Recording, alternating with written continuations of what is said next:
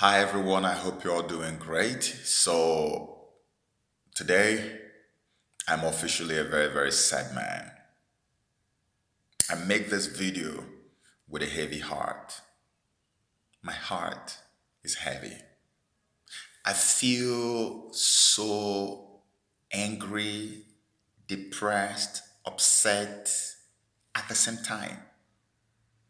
I know a lot of people have been reaching out to me on social media. Oh, Brother Joseph, you need to just say something.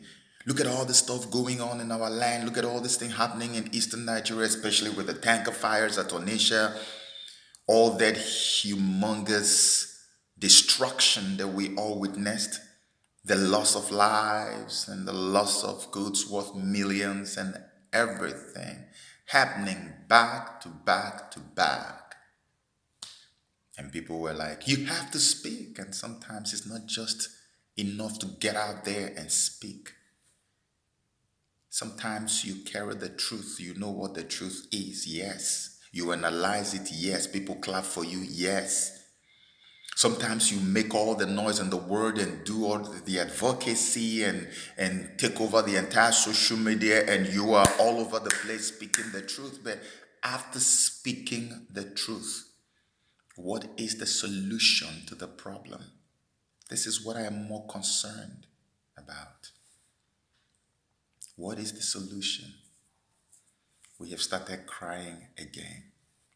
For as long as I've been alive, my tribe, the Igbo race, has all been about crying, weeping, gnashing of teeth, from the Biafran war to look, we have become a people in pain. And my question is, why are we here where we are today? And I think I got an answer for you. I think I got an answer for you. Just a few days ago, a young woman had written me on Instagram, and she sounded extremely desperate. She said, "Sir, I spoke to you so time in the past. Right now, I'm losing it. Please help me out. I don't know what to do anymore. Can you just call my father and threaten him or do something? Tell my father to allow me marry the love of my life. Tell him to let me get married." Everything was going on so good. And all of a sudden, they say, "Oh, the man I want to marry is Osu." And now they don't want me to marry him. And when I read this girl's message, my heart broke all over again. And let me be very honest with you. I'm not making this up. In the last few weeks, nearly 70% of all the messages I've received on social media has been a cry for help with respect to this Osu caste system. People are trying to get married. Young people are falling in love. They want to get married. And you are there sitting down as an Igbo elder, as a female who is aged enough in Igbo land to be the mother of all. You are sitting down there saying over my dead body, it will not happen. Why? Because this one is supposed to be an outcast. They are our own blood. They speak our language. They carry our blood in their veins. They are us. We are them. But you have taken it upon yourself to play God and say, this one is an outcast. And you expect Buhari and his brothers to recognize your rights to live freely in Nigeria, or to regain your freedom and govern yourself. You expect that to happen because you don't know that freedom is a very spiritual thing. The fight for freedom is 1,000,000 times more spiritual than it is physical. That's why every time I tell people we need to pray, they Say, this prayer is too much. Let's do something else. Okay, I've allowed you now. We're not praying, Abby. We've stopped praying. So go ahead. Thank God that some people are still praying. But we're not praying online anymore. We're still waiting for all those physical things that people say they want to do to gain freedom. It is a spiritual thing, especially when it even has to do with a people who are covenanted unto the Most High God. You know, the average Igbo man and woman doesn't know who he is or who she is. And this is where I believe the problem is coming from. You see, you are, by covenant, a child of God. You belong to God. That's why in Igbo land, everything that has to do with our names in Igbo land is Chi. Chukwu. Chi and Chukwu all mean God. My own name is Chidiebere. My other brother's name is Chukwuemeka. My kid sister's name is Chiwendo. And you have this Chi and Chukwu everywhere. Ebele Chukwu, Uche Chukwu, Amam Chukwu, everywhere.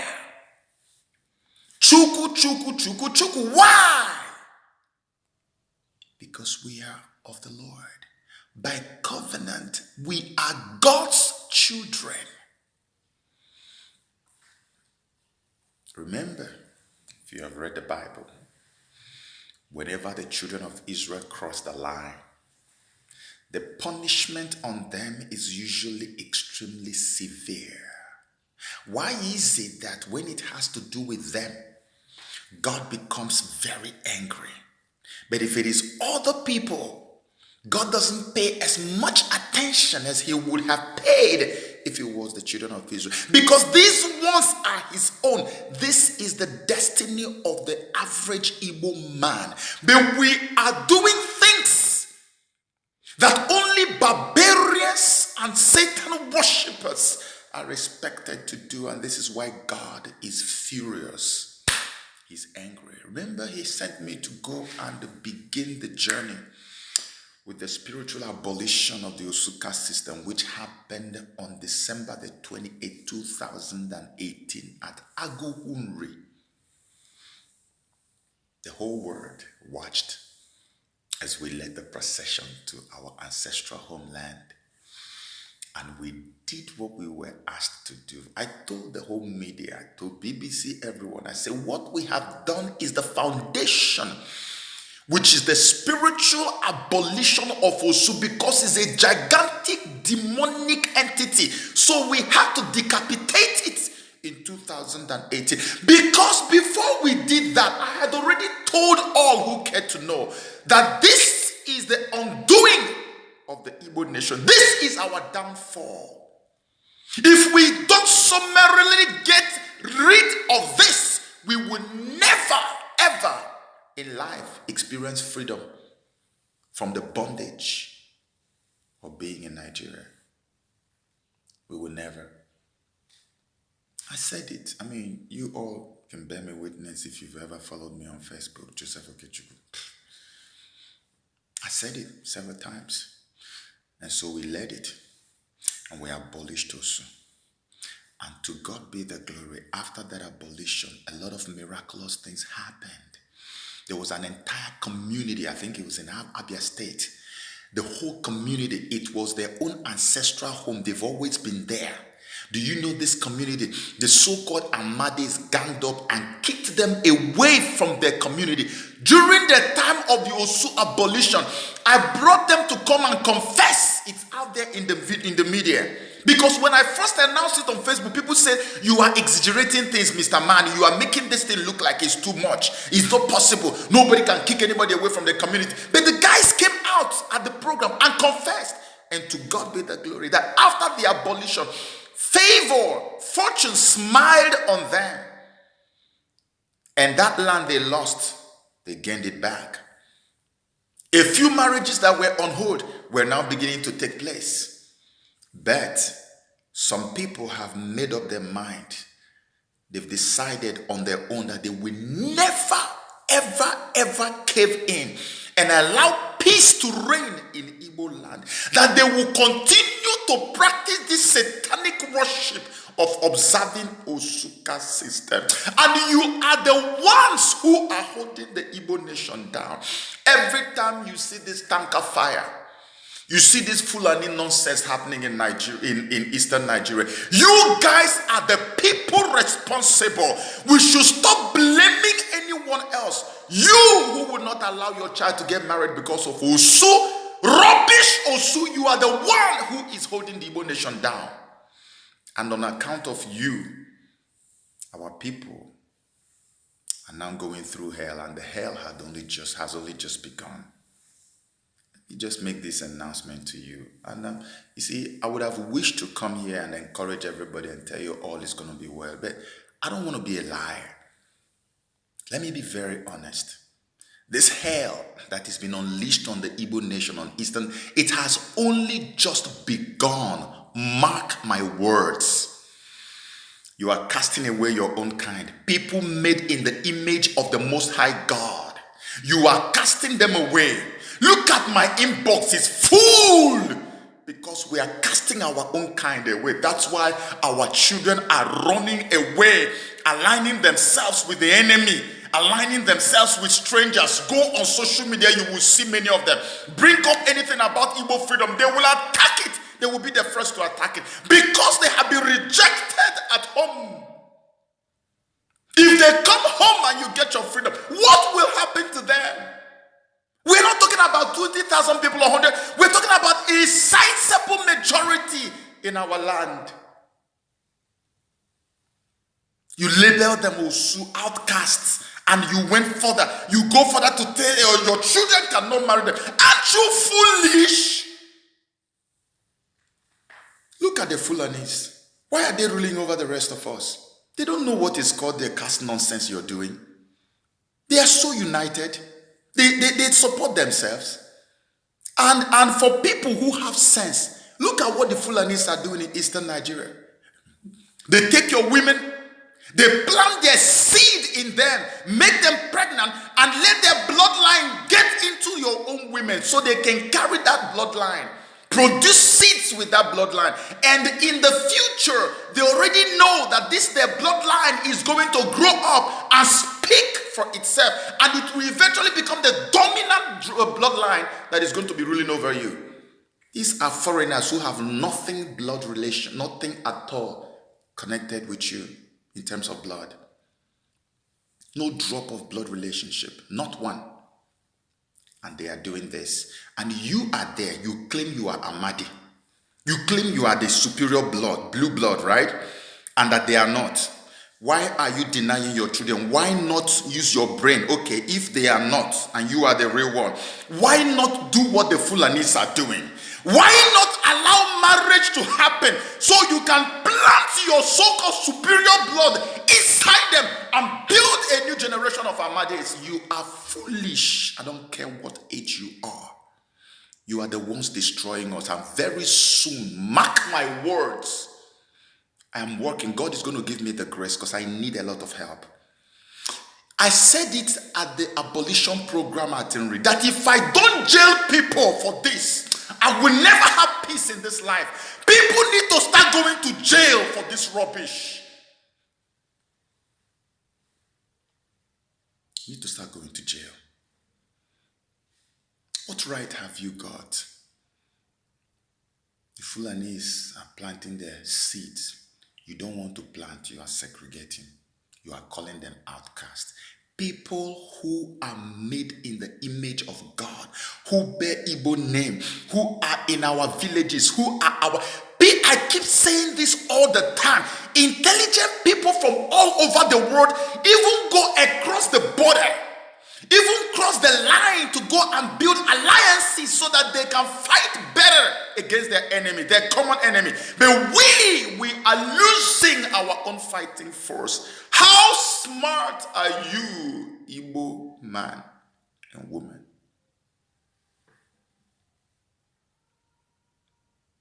How smart are you? What is holding our traditional rulers? What is holding our governors? We have done the spiritual one that we're supposed to do. The next step is legal. The next step is constitutional. Eastern Assembly in the 50s had already outlawed this thing. Why not reactivate that? Why not make it a criminal offense in our land? What are the states assembly doing? It has to be unanimous. It has to be all encompassing. It has to be all Eastern Nigeria. We must come together and agree. See, sometimes when a people fail to come together to do what is right, the curse that comes upon that people, everybody will share from it, unfortunately. Even the ones who are doing the right thing. We have done the first. We have taken the first step. Spiritual abolition. I am calling on all our traditional rulers. I am calling on all these governors. We have suffered enough. Begin to take action. I only heard one time that the Anambra State governor told the traditional rulers to go and abolish. What step have you all taken to make this an Eastern-wide program? Put a deadline. Bring out your timelines. Let every single state take part in this. At the beginning of this year in 2019, I made a video again to remind Emeke Hedioha that the reason God brought him to power is to become a rallying force against this wickedness that has befallen our people. Against this wickedness that has befallen our people. I told him, because Igbo State is the world headquarters of this Osu caste observation. Imo State, followed by Anambra. And God is now saying, I've had enough. If you doubt me, write it down.